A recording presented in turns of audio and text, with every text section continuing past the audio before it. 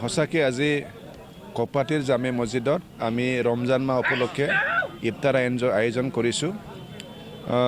প্ৰথমে মই আমাৰ কপাটিবাসী ৰাইজ লগতে অসমবাসী ৰাইজ সকলোকে মই ৰমজান মাহৰ শুভেচ্ছা জ্ঞাপন কৰিছোঁ। তো অলপ আগতে আমি ইয়াত ইফতাৰ কৰিলোঁ। এই ইফতাৰৰ মেইন কাৰণটো হ'ল যে আমি ইয়াত একেলগে এই ৰমজানৰ মাহত চবে ৰোজা মানে আমি একেলগে যাতে এসাঁজ খাই আমাৰ মৰম আমি যাতে বৃদ্ধি কৰিব পাৰোঁ, আমাৰ যি মানে আত্মীয়তা এইটো যাতে বৃদ্ধি কৰিব পাৰোঁ, তাৰ কাৰণে আমি এই অনুষ্ঠান কৰিছোঁ।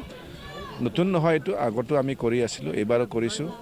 তো আজি ইয়াত ইফতাৰৰ লগতে জড়িত ৰাখি পেলাই আমাৰ কিছু একেবাৰে অচল ব্যক্তিসকল আছে, যিসকল ব্যক্তি মানে নিজৰ যিখিনি কাপোৰ কানি কিবা কিবি নিজে কিনি লোৱাত অকণমান অসুবিধা আছে, এই ব্যক্তিসকলক মই নিজে আজি মানে তেনেকুৱা বস্ত্ৰ মই লৈ আহি দান কৰিছোঁ। কাকবা লঙি দিছোঁ, কাকবা শাৰী দিছোঁ। তো মই নিজে অন্তৰৰ পৰা মোক কৈছে যে এই ব্যক্তিসকলক মানে দিয়ক, আৰু দি যিহেতু মই অলপ শান্তি অনুভৱ কৰি আছোঁ তাৰ কাৰণে এইখিনি দিছোঁ। আৰু নিশ্চয় মই আল্লাহৰ ওচৰত মই প্ৰাৰ্থনা কৰিছোঁ যেন আমি সকলোৱে যাতে আশীৰ্বাদ পায়, এইটো লক্ষ্য ৰাখি মই আজি ইয়াত এই অনুষ্ঠানটো কৰিছোঁ।